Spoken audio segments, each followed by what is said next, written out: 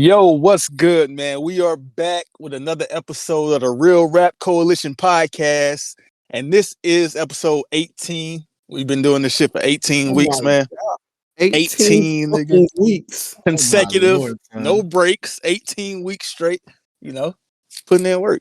And we're going to keep it going today. So, what we got today was a movie that was chosen by John Doe, and he's not here right now, so we're going to go ahead and cover that shit and see if he pulls up.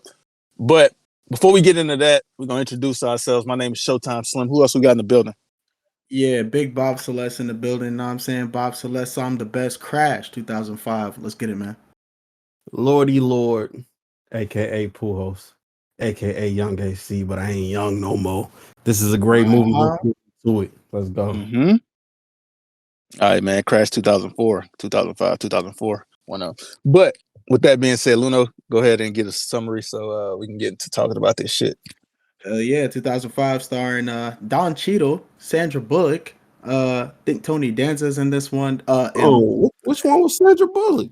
Sandra Bullock was her name was like Jean. Crybaby bitch who was complaining the whole the wife who fell down the stairs. Yeah. And also we got oddly enough, we got Ludacris, right? 2005. John Doe is here. We should let him introduce this up. Man. Go ahead, John. John said he go. Oh, there you go. Yo, intro, bro? No, just introduce it now, but yeah, go ahead. You got it.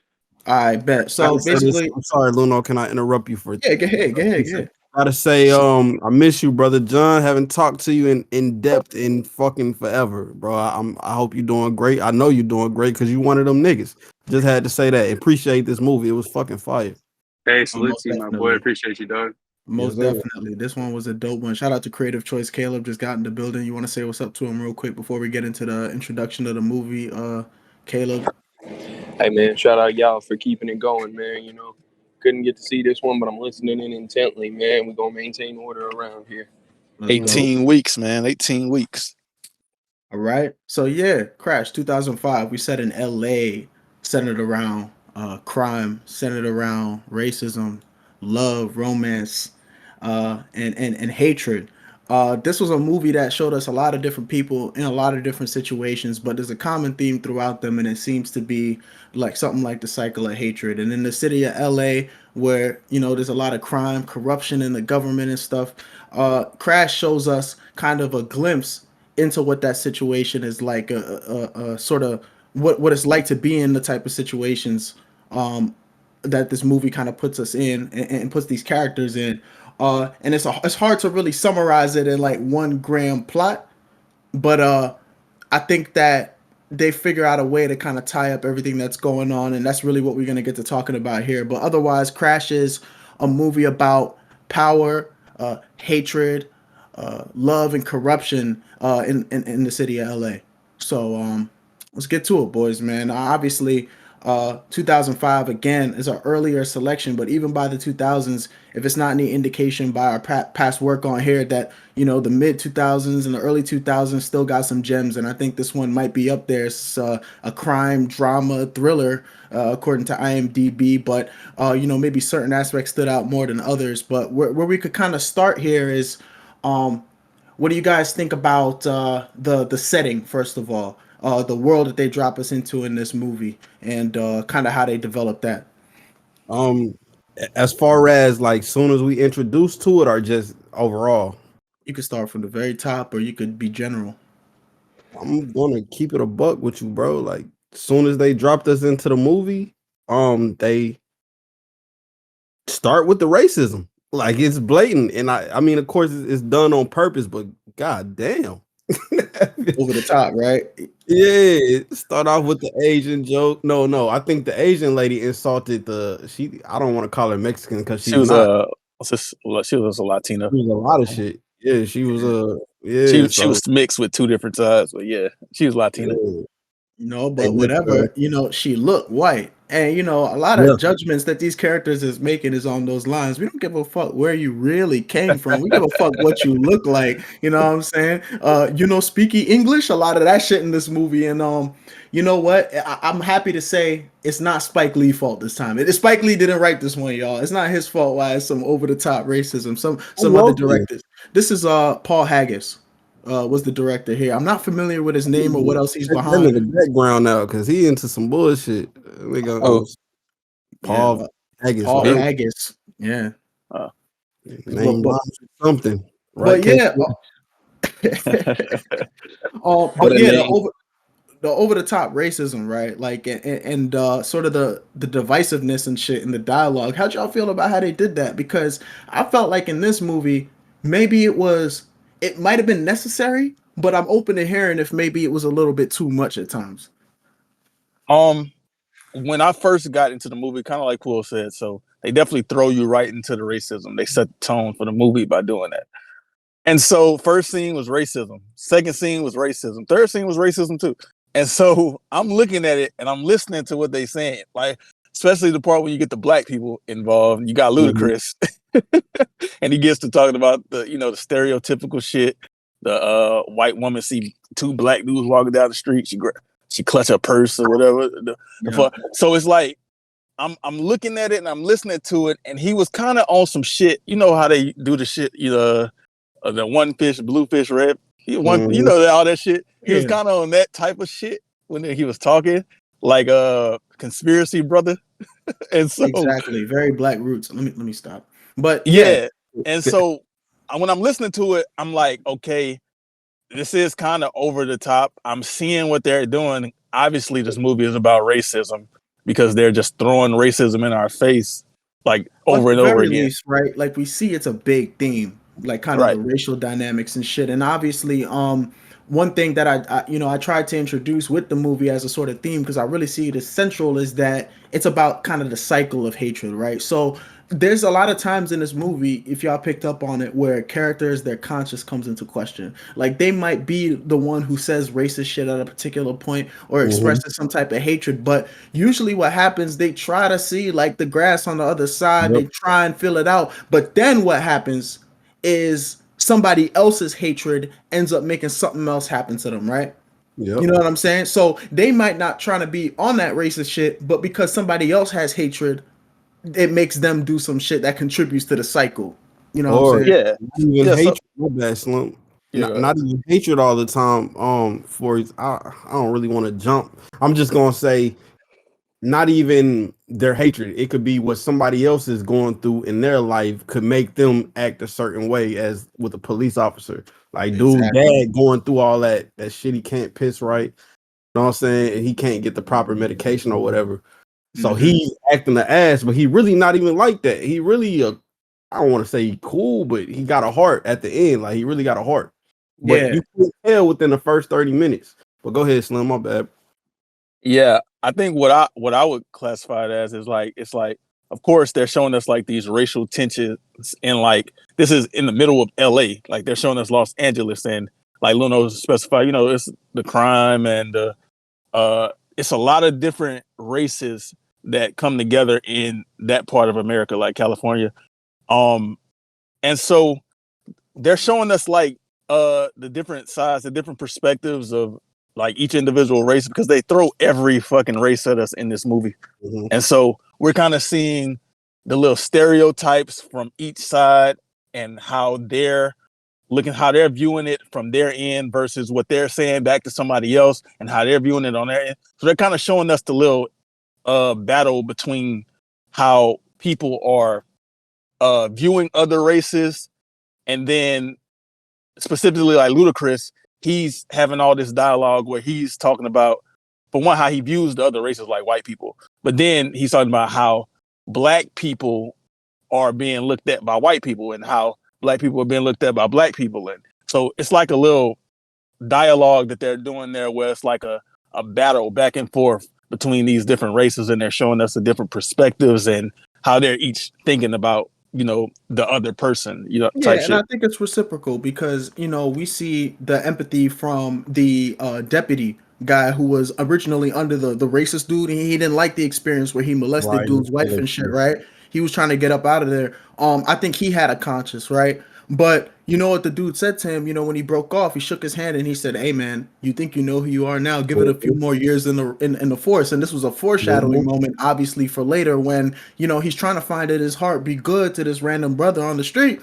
But when he reaches into his pocket, he kicks into survival mode, like I'm not about to get shot by one of you kind of deal, you know? So it comes full circle. It's like even when the characters themselves have the conversation and they know like to turn a gun on a brother, for example, is cowardly. When them niggas were on the block and bro whose wife got touched up was on the block and shit, they ran up on him and he was a nigga. So you see the hypocrisy or whatever else. All of these characters I think is struggling with a kind of cognitive dissonance where they want to think one thing, but this other shit acting on it is conflicting with it, right? I see that differently than you with that character.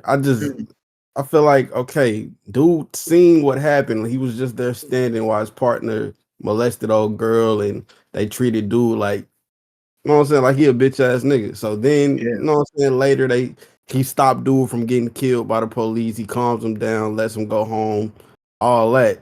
So that's a rough ass day. To me, I feel like dude going through a lot. He see dude on the asking for a ride, he picks him up, and he just like, damn, I got dude in my car, and I feel like he making fun of everything. Even though the crazy dude is not making fun of him at all. He's laughing at the little thing on the dashboard. They both got the same shit. Luno, he laughed at that because they both got the same shit. He really likes that country music for real. He wasn't joking. Like, you think a regular black dude would be like, man, making fun of you listening to that country. No, that nigga really liked that shit. When he told you I wrote a country song just a day ago, like he really meant that shit. But dude, like, he's so fucking paranoid and had that crazy ass day. He just on edge. And both of them, bro. They was both going through some shit, and that's it. Like everybody, they showed you the police officer taking care of his pops because I think they wanted to show the lens of everybody's dealing with demons, right? Everybody's dealing with something behind the scenes. So the hate they show you is like a product of that, I think.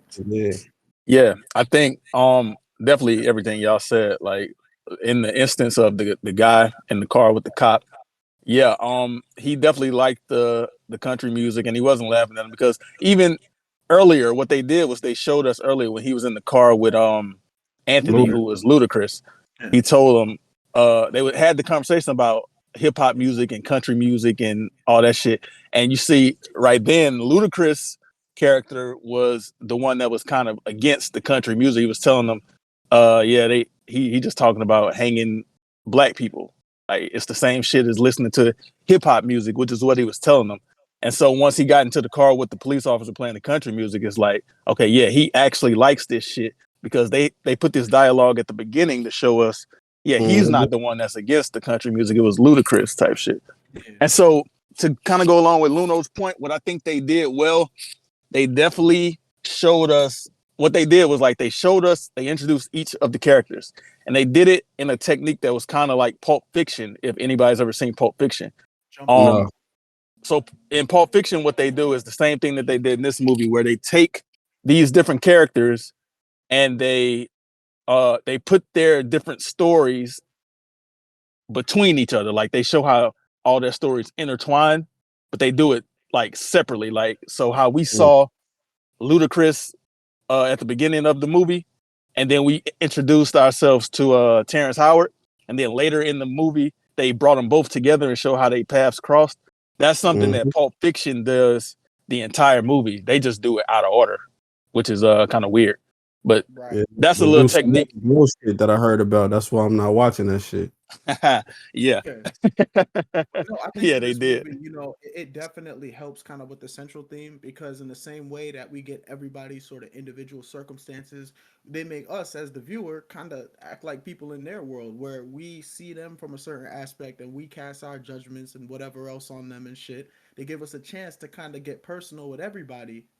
But then they bring it back together later on with like kind of how it's all like kind of interlaced and interwoven. They try to show you that all of them share something, right?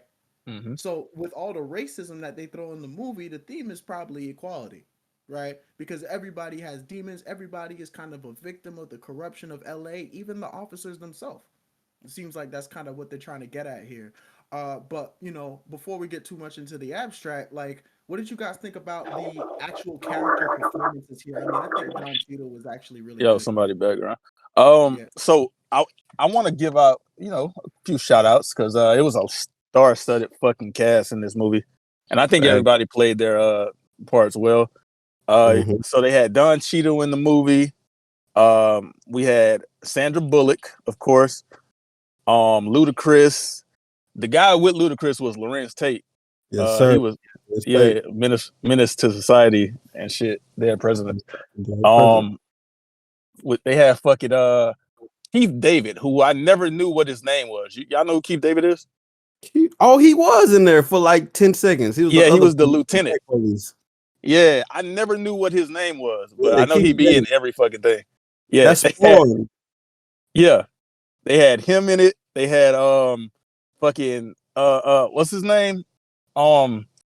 The lady that I was telling you about, her name was like Rhea or something. She was the Latina detective that we was talking about. She was actually in The Boys, which I didn't realize who she was, but I knew she looked familiar. She was in The Boys. She played Susan, who was like the FBI lady in the first season that got killed. The one that was talking to Butcher. That shit was 2-3 years ago. Okay, well, yeah, I knew her from The Boys. We had Terrence Howard in the movie. Who was his wife? His wife. I don't really know her. I know her. I just can't remember her name. It says Who? Thandie Newton. Yeah. Looks like she was in Mission Impossible. She was in The Pursuit of Happiness. Her name was Linda in The Pursuit of Happiness. What else? Was she in that black ass that Kevin Hart, Eddie Murphy, and Martin Lawrence movie First Sunday? Was she in? She was in Norbit, but that's what it is. Okay, yeah, where the fuck do I know her from? She pretty as hell. But what I was gonna say was that I think that all the characters were good for the parts that they got. I think that Don Cheadle particularly, he has like these moments of profundity. He kind of has this way like where he kind of like talks on certain things and he adds like some like depth to it. I think Don Cheadle was definitely a good character. I thought that Ludacris surprisingly like played the role of like the, kind of rugged like street criminal very well. Mm-hmm. Like hey Luna, believable. I don't know. Also, they played on another like black stereotype. I don't know if you know Loretta Devine. She was in the movie. Yeah, the Shaniqua girl. They had her name Shaniqua, yeah. And then they did the little scene on the phone where she said her name was Shaniqua, and he was like, "Of course it is." So that shit was kind of playing on like the little black stereotype because that was one of them names like that they used to be like ghetto black girls like Shaniqua and Bonquisha and shit like that. A star too though. Like this is a star-studded ass movie. Like it was. Yeah. I don't know if I said Michael Pena, but the Hispanic dude, he's in a lot of shit. Man, I ain't gonna lie, bro. Yeah, I can't lie. He was in Lincoln Lawyer. Yeah, he was in Lincoln Lawyer, and I think that Shaniqua. I think the dude who was the deputy like police officer and shit, Ryan Philippe. I think he was in Lincoln Lawyer too. Was he not? No, that's not him. That wasn't the dude who was accused of. Nah, he would have been too old, but it can't be him. No way. Can't be. He looked like him. He's 48 years old. He would have been about 38 by then. Ryan Phillippe, he's from I Know What You Did Last Summer. Yeah. Okay. Oh no, he wasn't Lincoln. It is him. It's him. Yep, he played the rich dude. Yeah, I didn't even know that was bro. Like I Know What You Did. Yeah, because I think when we watched Lincoln Lawyer, I told John about that because he was talking to me about this movie at that time. So yeah, I knew he was in it too. I just didn't know his name. That's my boy. Shout out Ryan Phillippe. Seeing him again. This time he kind of a good person, before he shot up, bro. But I gotta say this. What's my man's name? The Hispanic brother. Which one? The one that was fixing the locks? Yeah. That's Michael. Who the fuck else was Hispanic? Well, they had a Hispanic woman. Howard? I said brother Slim. Yeah. Terrence Howard. No, Terrence Howard not Hispanic. Nigga said Terrence Howard. Terrence Howard not Hispanic, man. What are you talking? Oh no, I'm bugging, bro. That was Michael Pena. He was Pena, yeah. Look, man, I'm gonna keep it a whole buck. I gotta express this, bro. I agree with you. I know what you're gonna say. How do you don't know shit? I do. Okay, how the fuck you know? You might know. But the scene where The little Arabian, I don't know what the fuck he is, man. He was hold on, he was Persian. They said in the movie they was Persian people. With a beautiful virgin daughter, by the way. But when he run up on a nigga like, give my money back, you took everything from me, and his daughter come out there, bro. That scene fucked me up, dog. I agree with you. I know what John, you I haven't felt that much emotion since like I seen Ash get turned to stone in Pokemon when I was like 6 by Mewtwo. Like that shit, I 100%. never. Bro, I was like, I didn't cry, but I felt it. Like I could have. Okay. Like, it's possible. Listen, So bro, I'm Pujols. gonna keep it a bug. Like, Go I'm gonna ahead, keep it a bug. I have a daughter, and I cried even before I had a kid, and I watched it when I was younger. That shit made me cry, dog. And it's one of those cries where you're like, just holding that shit in. You're like, no, I ain't Bro. crying, bitch. And it just comes Bro, out of your John. eyes, man. I'm like, fuck. John, it wasn't even her getting shot. It was when she said, "Daddy, I'll protect you." I was like, "Oh my god!" I know, bro. I'm gonna mute up, That man. shit almost got me, bro. But I manned up. I said, "Nah, it's been years. Nigga, I ain't finna cry, nigga. I'm good." Hey, Pujols. Hold up. So I do agree with you on that, but I was finna say something a little different. I What you was agree gonna say? with that scene, but it was one part on there, which might be the only part in the whole movie where I'm like, no fucking way. It's not, I don't believe it. And that was after that happened, and then he saw his daughter was okay. He just got up and walked inside. I don't believe that. I feel like it would have been some shit in real life in any situation.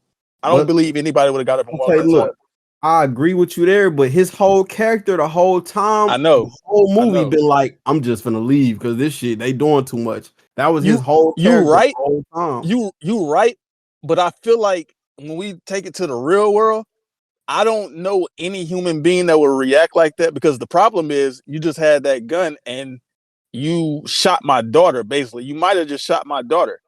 And if you was able to, because we found out later in the movie, like he shot, but what happened was earlier in the movie, they show us where his daughter purchases the gun, but what she does is she gets some blanks. So she gets some blanks from the guy that was selling the ammo. And I guess she didn't want her father to do anything like, shoot anybody for real or anything. So she put blanks in the gun. So he wasn't able to shoot. However, if he would have had like the ability to shoot this girl, like for real, she would have got shot. And so I don't believe, I'm not a father, but I don't believe any human being would react that calmly where he just got up and walked inside. So that's the only thing that I thought when I saw that scene. Well, they panned after the shot was fired, and he's screaming like in anguish because he knows Facts. what just happened and stuff, right? Also, Now that's believable. I think the Persian father was also shaken by the situation. He was. As well. He was He kind of was. rattling with the gun in his hand like he was about to drop that shit. So I would assume that in this situation, the reason obviously if he didn't pursue, I think that would be realistic in this circumstance. I would think them going into the house would be maybe a measure of them taking cover temporarily while they can call the authorities. I just can't see it, bro. Especially not the way they did. He was calm as hell when he walked her inside. Yeah, maybe they needed to be like running or screaming for their lives, something. But I could see that. But if you think okay, I see you saying he probably would have took off, but I feel like he should have like hustled into the house with some type of urgency. Yeah, I thought I maybe get it. okay, they could have sold that better. Yeah, but so that's a great point about the Persian guy, because something that I like about this movie, and you kind of touched on it earlier, what they do is from the beginning, they show us each of these characters and we see a side of these characters. And then throughout the entire movie, there's a story going on. There's a journey with each of these characters because they got their own individual different shit going on in their lives. And so we see how at the beginning of the movie, I don't believe any of these characters, other than Michael Pena. He's the only one that I don't think had any change or transition. But every other person in this movie had a fucking change from who they were at the beginning, damn near. And you can say that the guy who was the other cop, not the racist one, his name was like Hanson or something.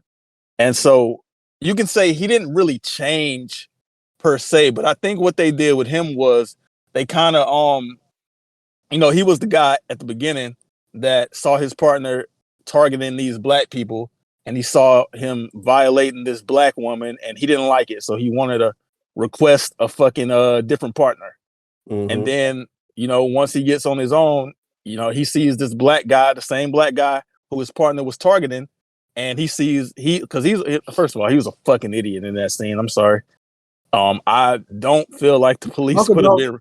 after you finish this. Can we talk about Terrence Howard? Yeah, Terrence Howard was a fucking idiot in this movie. Was But so he stops Terrence Howard from getting killed by these cops because he felt bad about the situation that happened earlier. So he really I guess he felt like he owed him that. And so later he's driving down the street, he sees Buddy walking, he picks him up, and all of a sudden, it's a little situation. He gets a little uneasy. He starts to doubt. Like, I see he looked over and maybe he thought dude had a gun on him. So he gets a little bit uneasy. He tells him to get out his car. They have like a little argument back and forth, and he ends up shooting dude. And so it's not that he actually changed, but I think they played to the part where Matt Dillon's character, the cop, the racist cop, they played to the part where he told him, like, yeah, if you stay in this shit long enough, then you're going to see, like, who you really are. You don't know who you really are for real. You think you know. And so I think that's what they did with him. They kind of showed, like, a different side of him than the side that we had been seeing the entire movie, too. Because from my perspective, I never would have thought he would have pulled out a gun and shot the black guy, because he been kind of looking out for the black guy the whole movie down there. So I feel like they kind of did a transition with him, too. Yeah. Yeah, I was gonna say, did you peep that? Like, what they did was the cop that was being a good cop the whole time ended up being the one who murdered someone, and the one that was a bad cop, portrayed as a bad cop, ended up saving someone's life. Exactly, and that's why that scene was fucking crazy. That scene was fire. That's what I meant when I said I feel like all of these characters, other than Michael Pena, they all had a transition that we saw as the movie progressed, and so I kind of like how they kind of showed that. Because at first they was all really dickheads for the most part. Most of them was dickheads. Even Sandra Bullock. Sandra Bullock was a fucking that's the definition of a Karen. They talk about Karen. She was a fucking bitch. But the crazy shit, she was like, I was right though. Cause she seen them niggas and she like, let me get the fuck out of here. And she was right. They robbed her. And that's what I was thinking. Wait a minute. I'm like, okay, Ludacris, you just said this. And so after that, you just go and further the stereotype that she had in her head because you went over there and robbed her. Well, I mean, he didn't rob her because she was white. He robbed her because the navigator, the black navigator. He was but no. So what I'm saying is, he's proven that stereotype right. Like, she had a reason to clutch her purse because after she walked across the street, you went over there and robbed him. Yeah, and he was talking about. He was like, yeah, see. The white woman see a black man walk across the street. Look what she just did, or whatever. And then he went over there and robbed her. His point was like, she don't know he about to do that. It could be anybody can come rob her. Like, nigga, it don't gotta be me just because I'm black. But I'm about to do it. That's a fact. But it is you though. But it is you though. Yeah, you're right. It don't have to be you. Just because I look like this don't mean I'm finna rob you. But I am the nigga who's finna rob you though.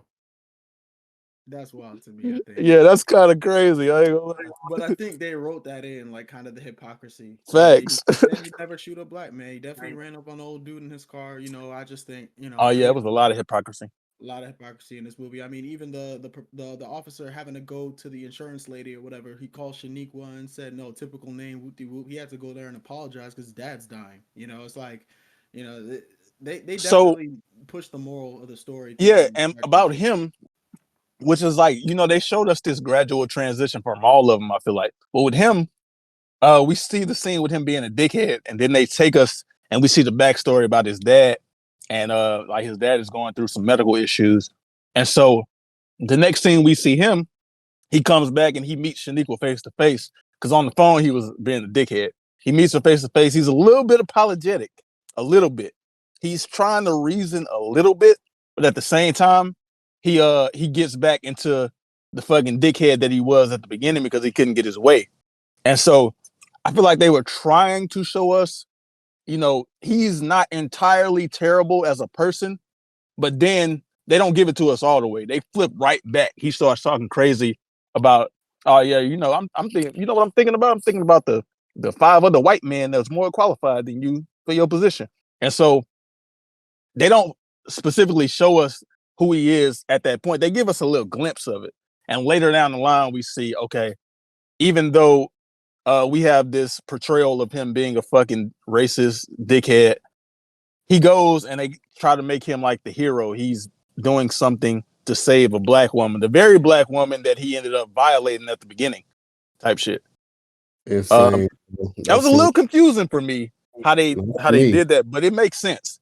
It makes sense because, like Puo said, the shit that was going on in his personal life is the reason that he acted out the way he was. He wasn't really that way, quote unquote, in this movie, but the way that the shit was going on in his personal life, it caused him to go out there and do that shit to those black people that night, quote unquote. And he's still a police at the end of the day. Like, so he didn't know she was the person that was stuck in that car. That nigga was trying to do a good thing, save somebody's life.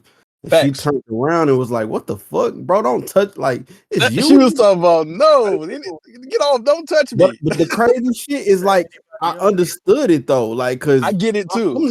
I'm not a woman. Like, I can't even imagine a woman getting touched inappropriately when she don't want to be. She don't want to see that nigga ever again. She don't want to go. I'm gonna keep it a buck.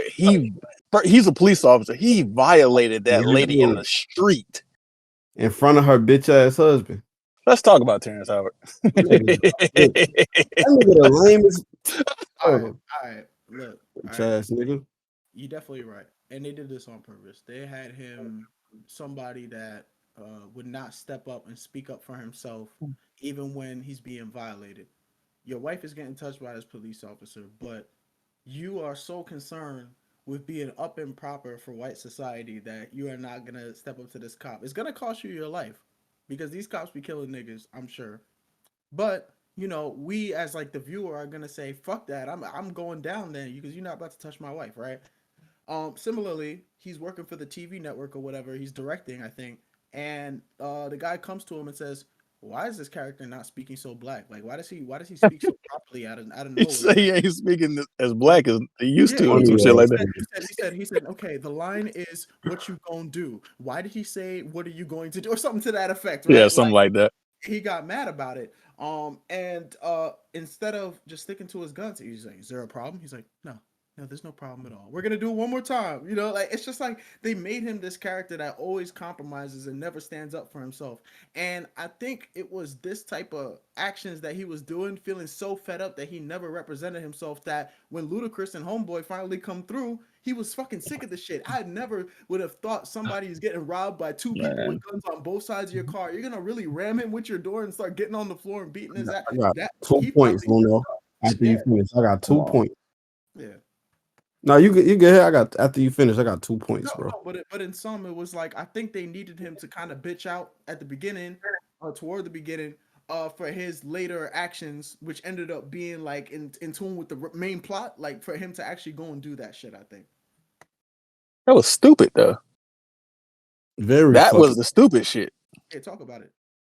But okay, so we all deal with women, I assume. If you don't, hey man, that's your life. Cool. We don't judge. Yeah, we don't judge. That's what's up, man. Do your thing. But his wife was like, you ever had a woman talk crazy to you? Like, and it probably some of it is true. She was on Buddy ass. Like, you really let this nigga molest me while you just standing there for this TV show, and you more white than anything. You a bitch. She just horn him the whole bitch ass nigga. You ain't one of the brothers. You ain't down. Yo lame man. You white as fuck. She horn him. So Buddy already going through that. So he probably. Hey, boy, before you get to that, yeah. His defense to that, like his counter argument was that, nah, you whiter than me. Like that's basically what he was saying. Like he said she rode the equestrian and shit. Like, come on, bro. What? Corny though. Like you gonna tell yo nigga, I'm blacker than you. Like nigga, it's a woman, bitch ass nigga. Like if your woman gotta tell you a hoe, then bro, you know you a hoe. No woman will ever tell me I'm a hoe. Like, bro, that's what it is. That's what you is. Then you just let the go ahead. It's like at the end of the day, right? Like, I can't say I'm 100% like I can't 100% hold him to stand up for himself in the situations he was in. Like, I can say it was rational for him to like back off of it. You know, if you're taking it from the perspective of him just trying to make it, right? As long as he don't say nothing to these cops, he don't get blasted. They don't die. Long as he don't say nothing to the director, he don't lose his job. Like this nigga is just trying to keep shit together. He's fully aware of his plight as a black nigga. He's fully aware of how people perceive him as a black nigga. And what does he do? What people would call the Uncle Tom. He starts speaking rational, proper enunciation, pronunciation, grammar, whatever else he wants to present in a way to protect everything he has, that woman included. But his exact attitude, trying to play the back burner, ended up, she still ended up getting hurt. So what his conflict was, this lack of being able to stand on what he believed in.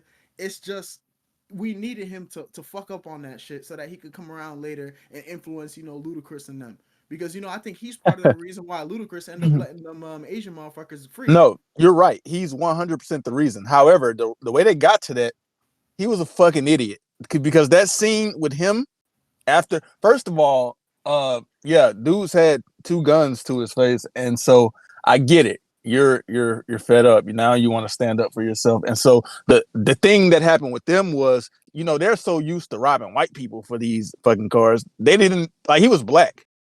They didn't know that he was gonna be because his character, Terrence Howard, is portrayed as like a successful, quote unquote, like TV guy, movie guy, something like that. Yeah. And so he was driving in like a pretty decent car. Yeah, Navigator, facts. And so I think they were shook whenever they saw him there. They didn't know it was a black dude, so that's why they hesitated for real. Yeah. And he ended up getting out. Oh, okay. I was a little confused right there. Yeah, because he was black. I think they even said something like, I can't remember what they said, but they was kind of surprised. Like, a nigga or some shit like, this some shit like that. Yeah, I was confused, Slim. I was like, bro, Ludacris, you just finna let this nigga beat your ass when you got a gun? Like, this nigga just beat you. Yeah, I think he got caught off guard. But even still, they both had a gun. And so what they show us with the other guy, his name was Peter Lorenz Tate, they show us with him, he could have shot him. He wasn't about that. Like, he wasn't really like that. I think Ludacris, had it been the other way around, he probably would have shot him. However, because he could have shot him. While they were struggling, I don't think he had the opportunity there. After Terrence Howard got on his ass, Terrence Howard got up and jumped in the car. Ludacris grabbed a gun. He could have shot him right there. But the police was right there. Didn't they both get in the car because of the police? Yeah, the cops was right there. And so they both got in the car. First, okay, so I'll give them a pass for that little fight, I guess. But when they both got in the car and got on this little chase, which they was still arguing with each other, get out my car. Oh, you get out the car. They was doing that dumbass shit. And so they ended up stopping, and then he got out the car because the police was like, get out the car, throw the keys on the ground. Ludacris was hiding. He said, since you so brave, you get out the car. Terrence Howard had a point to prove. He was trying to prove some shit at this point. And so that's why he got up there acting like a damn fool. They telling him to stop, like, get on the ground. I think he was trying to prove something to himself, too. So he was. Trying to prove to himself. Fucking idiot. And this is what I said earlier. I would not have been, the police would not have been in the wrong if they would have shot him at that point. Nah, they wouldn't have been. That nigga was tripping. Not at all, but his story is like the typical, like, just the person that's been fed up for so fucking long, they're just gonna start just the Will Smith. The fuck out anyway. Will Smith. Angry black man. He turned into the angry black man, bro. Yeah, but that scene, he was a fucking idiot in that scene, and he ended up getting saved by the cop, the good guy cop. At first, at the end of the day, like, it was me. We gotta kind of use characters as like an extended metaphor. We can't have them be 100% rational, because the best movies out there are not gonna be the movies where everything a nigga does is just upfront gonna make sense to us. I think it's these movies where people are conflicted, where people are gonna like war with themselves on how to handle situations and act out sometimes in ways that seem like, counterintuitive to what they want. But I think in this movie, it's like those forces of confusion and stuff that drive the hatred and the division between the people in LA at that time, it seems. And I think this movie more or less did a good job at trying to paint its moral, which is, you got to kind of be the gear in the machine that is for that positive, for that good to trigger a change. Because even if you by yourself is a good person, if somebody else got hatred, the whole shit becomes hateful, Very right, true. right. And I agree that you were right when you said that encounter, because they let Terrence Howard go. He got back in the car. He looks at Ludacris. Ludacris looks at him. And so what he tells Ludacris before he drops him off, he was like, "You a fucking embarrassment," or some shit like that. He's like, "You're an embarrassment to yourself. You're an embarrassment to me." Basically, like, you're an embarrassment to black men, basically. And so that was the point where he woke up, I feel like, and he realized some shit. But then what I realized later, Luna, so this nigga Ludacris, he ended up getting on the bus and everything. Because before that, he was talking about, man, getting on the bus. You know why they got big ass windows? I didn't Yeah, know. he got on the bus. But at the beginning, he was telling his friend, like, I ain't getting on no bus. You know why they got them big ass windows? To make fun of black people. Black people on there who can't afford nothing but the bus. Yeah. Exactly. And so after that situation with Terrence Howard Pools, he got on the bus.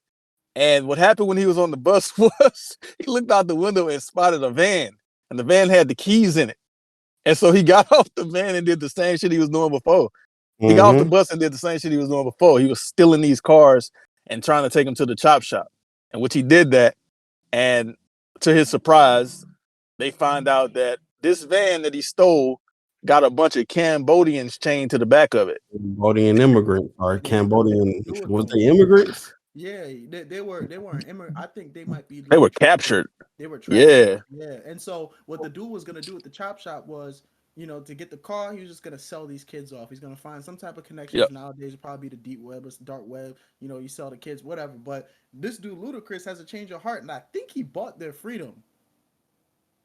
Yeah, they didn't really show us what he did. He probably didn't buy freedom. He probably just drove off, right? Nigga was like, I'm gonna pay you $500 for every person, but Ludacris was like, I'm just gonna keep the people in the truck. Yeah, he probably just drove off with his shit. Okay, yeah. So he didn't like buy them out, like because this nigga was saying he was about to sell them if he never took them. So I was just thinking like maybe he had bought, but whatever else that was his redemption moment, right? Because hey, Luno, now the part about that it was great, good shit, Ludacris. Yeah. But then he takes these Cambodians to a busy ass street in the middle of Los Angeles. It was Chinatown, though, wasn't it?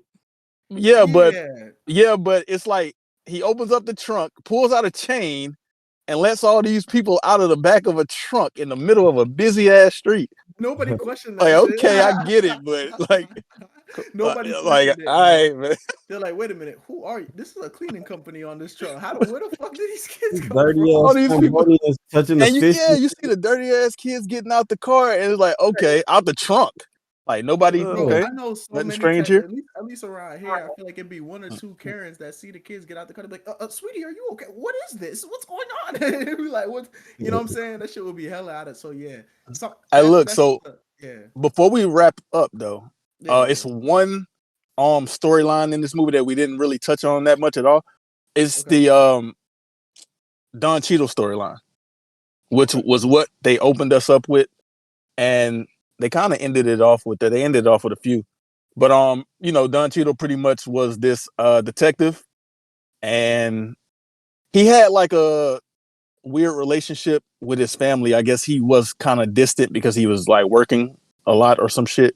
He wasn't really like, we can infer that essentially from what we learned is that the brother has like a case against him when he goes to, you know, meet with Flanagan, I think his name was, to discuss you know, the case with the off-duty narc who shot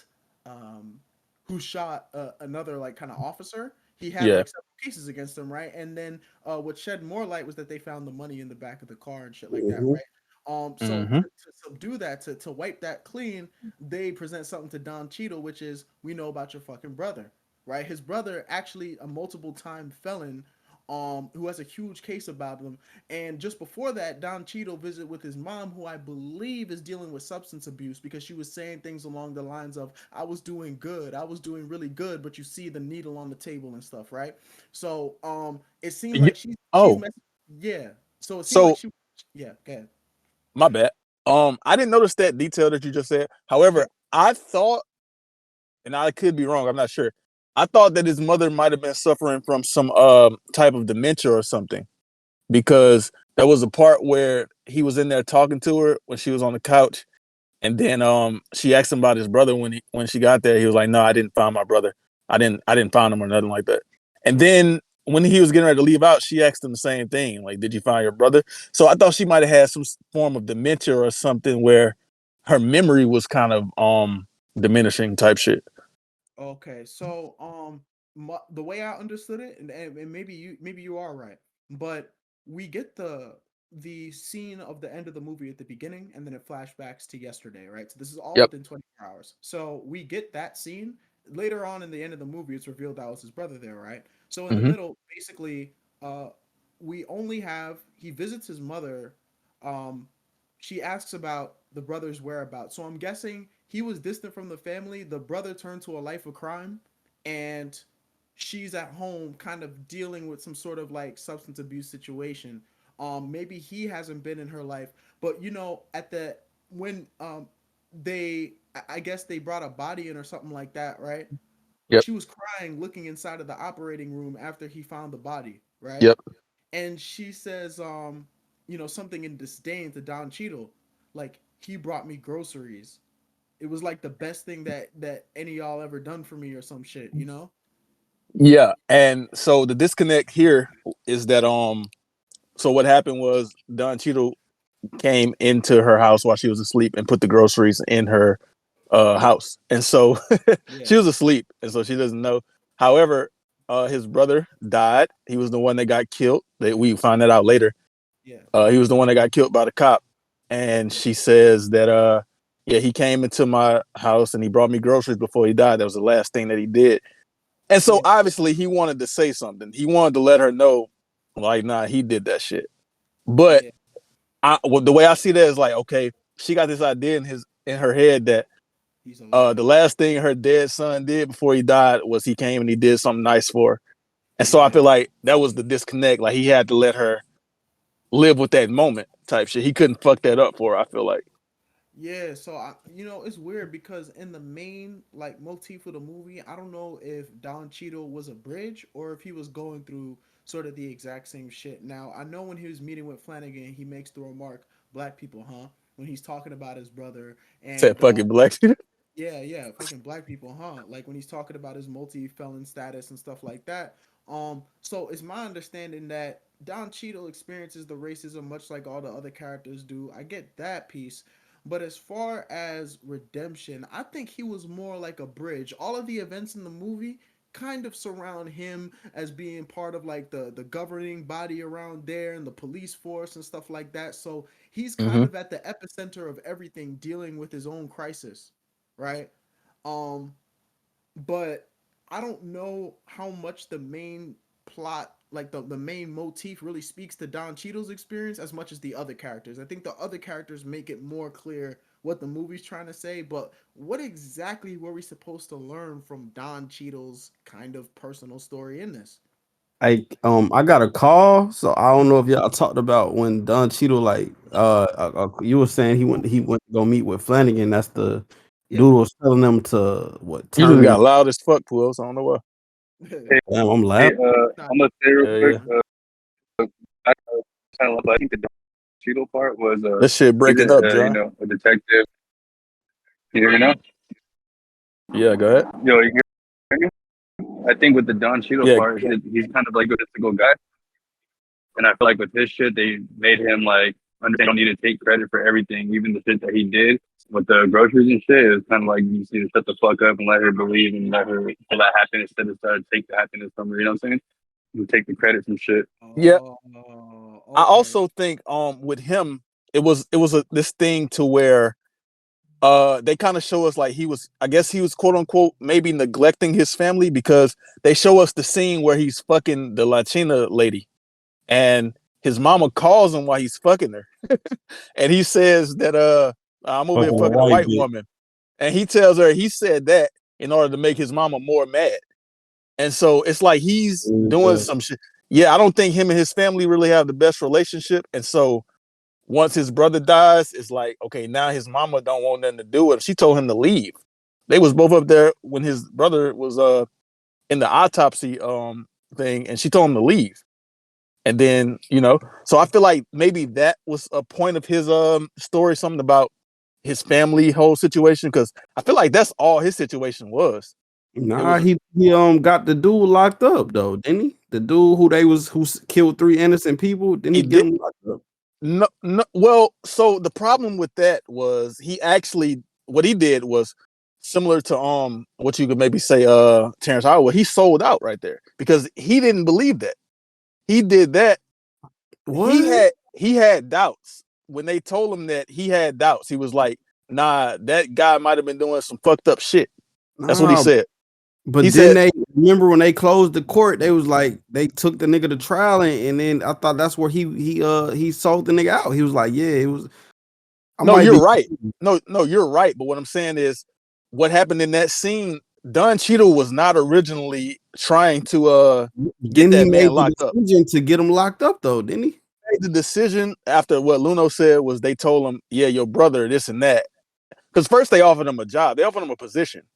Yeah, at first he wasn't going for it, and then they tried to bribe him. Damn, they brought his brother up. The dude who was married to Sandra Bullock or whatever was trying to get a black person on his team to essentially signal to the public that he has sympathy for like black victims or some shit like that, right? They was trying to use him, and Don Cheadle was like, "No, I'm not going to stand for that shit. You're not going to use me as some like little like token black guy so that this dude can run his campaign." And yeah. Well, it's not something you can really refuse because guess what? Here's your multi-time felon brother, and they have a case against him, and I'm gonna get this nigga locked up. But yeah, he said because if 3 strikes, like he'd be going away forever type shit. And so I really feel like that's what motivated him to do that. Puos, he did that shit because of it, but he wasn't really with that shit at first. Yeah, he wasn't. He told him some shit, kind of what like Luno said. He was like, "Why? So y'all can show around the black boy that you bought or some shit like that." Yep, exactly. And then he went along with it because the shit with his brother.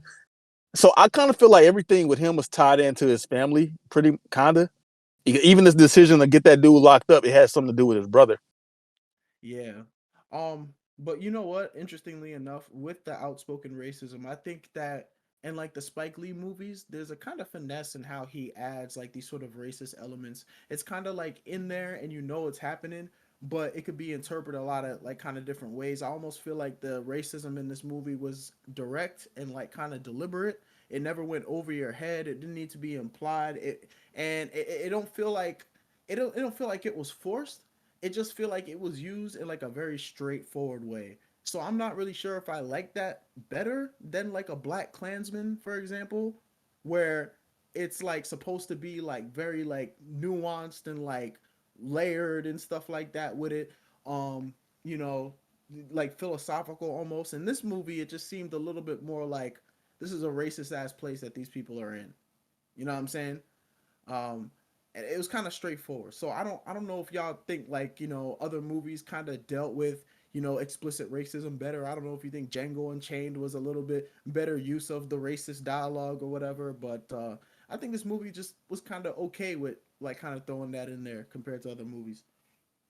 All right, so let's go ahead and give the final thoughts and the ratings so we can wrap this up, man. We can start with you, Bob. Well, honestly, this is definitely I think a strong film in the drama department. I was saying last week that I wanted something that was a little bit more dialogue focused, you know, character relation focused, rather than like something blowing up on screen or some like OD fights and shit. I thought this was a good mix up. I like the drama. I think that the plot was definitely good. I like the jumping. I like the showing the multiple stories and how it like kind of interrelates and how they drove the plot with a theme behind it that was very easy to catch.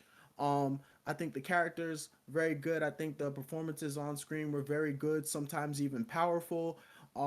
Generally, I do think that the movie has a little issue of disorganization in the beginning. I know when we're presented multiple kind of perspectives at the beginning of a movie, we're supposed to like piece it together gradually, and they want to kind of leave us out there in suspense. But in this movie, I definitely did think that it left itself very vulnerable at the beginning and then kind of showed its strength at the middle and end, which could kind of hurt the entertainment factor for somebody. But otherwise, I think it was a good film with a pretty good score, you know, pretty strong performance from all the actors, and a theme that, you know, is still relevant today. You know, overall, I gave this film here, Crash, about a 7.6. All right, Pujols. Beautiful movie. Like I said earlier before we started, like I was not in a movie watching mood today, and I turned this bitch on, and I was hooked immediately with the racism because I guess I'm just a piece of shit. Racism is funny to me. I'm sorry. The shit is hilarious. But yeah, it's a great movie. Most people have redemption in the end. A lot of them do, some don't. Don Cheadle, they killed your little brother. Sorry, brother. You don't get any redemption. You just got a dead brother. I'm sorry. But yeah, movie fire, man. I'm gonna give it a I'm gonna give it a 8.7 because the first hour and 20, I was like glued to this motherfucker, but then the last 40 minutes, I kind of really wasn't feeling it like as much. So I'm gonna go 8.7. Great movie. I appreciate that pick too, John. Good shit. Yeah. John sent me his rating. He gave it an 8.5. I don't believe he can talk right now. So for me, I agree with everything y'all said. This movie, I was really surprised with this movie because I did not expect this movie to be as good as I think it was, because I've seen movies kind of, I'm not really a big fan of like the movies that really go into like racial tensions and different things like that. Like, I think some of them are cool, but I'm not really that big a fan of it.